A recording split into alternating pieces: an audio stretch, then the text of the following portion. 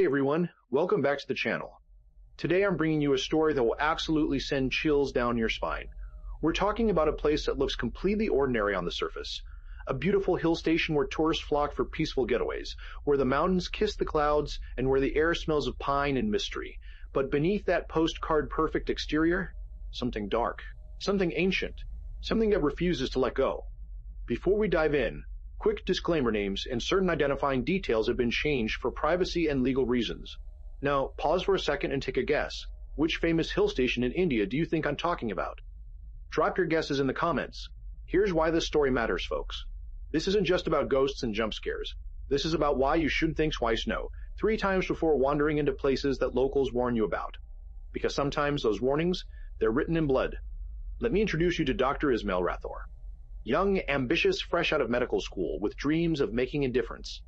In 2019, Ismail accepted a position at a government hospital in this hill station, a city rich in colonial history, known for its mist-covered peaks and Victorian architecture. The locals were warm, the staff polite, and everything seemed perfect. On his first day, the senior nurse, Mrs. Kapoor, gave him a tour.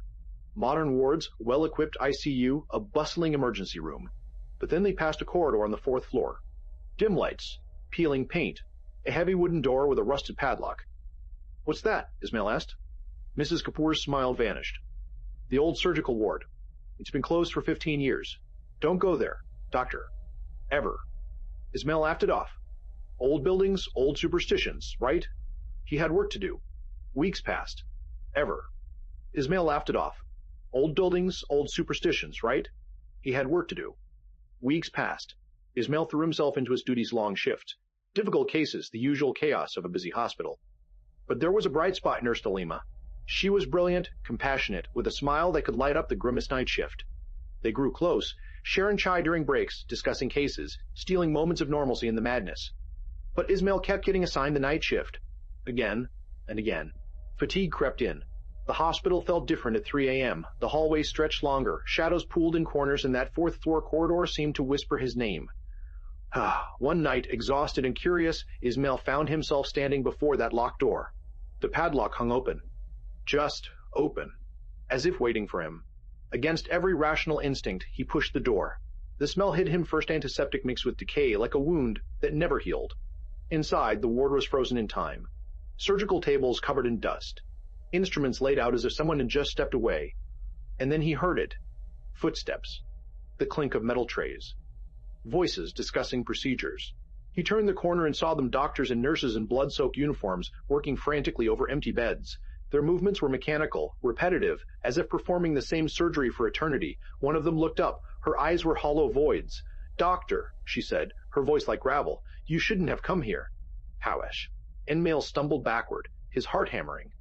He ran into the hallway and nearly collided with someone. Nalima. But something was wrong.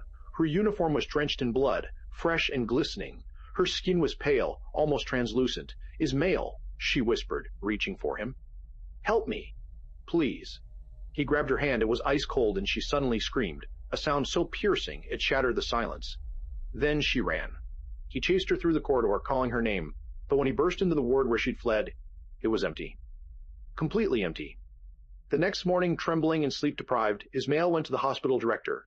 He demanded to see the CCTV footage from the 4th floor. The director's face went ashen. "Sumin, there are no cameras on the 4th floor," he said quietly. "There haven't been for years." But Ismail insisted. They reviewed old archives, incident reports, construction documents, and that's when the truth emerged, a truth the administration had buried for decades. The old surgical ward was built in 1952, directly over a mass grave. During the colonial era, a tuberculosis outbreak had ravaged the region. Dozens of doctors and nurses died trying to save patients. With no space in the city cemetery, they were buried on hospital grounds. When the new wing was constructed, the graves were built over. Never relocated. Never honored. The spirits? They were still trying to save lives. Trapped in their final moments, performing surgeries on patients long dead, unable to accept their own deaths. In Nalima, Ismail checked the staff records with shaking hands. Nurse Nalima Sharma had died 3 months before he arrived. A sudden illness, they said. Died in the old ward during an emergency procedure that went wrong. Ismail left that hospital within the week. But here's the thing that haunts him to this day. He still sees her sometimes. In reflections. In reflections. always smiling, always just out of reach, because some connection, some love transcends even death, and some places, they never let go. This is what hospitals are, aren't they? Places where life begins and ends, where hope and despair dance together, where the veil between worlds grows thin. Birth and death, separated by hallways and heartbeats. So here's my question for you. Have you ever felt something watching you in a hospital? Ever walked past a room that felt just wrong? Share your experiences in the comments below. I read every single one, and some of your stories might just feature in future videos. If this story gave you chills, smash that like button. It really helps the channel grow. Subscribe and hit the notification bell so you never miss our deep dives into horror, mystery, and the darkest corners of history. And tell me, what location should I investigate next? A haunted fort? An abandoned asylum? A cursed temple? Your suggestions fuel this channel. River Sig Temple. Your suggestions fuel this channel. Remember, folks, not all ghosts wear chains. Some wear scrubs. Until next time, stay curious and stay safe.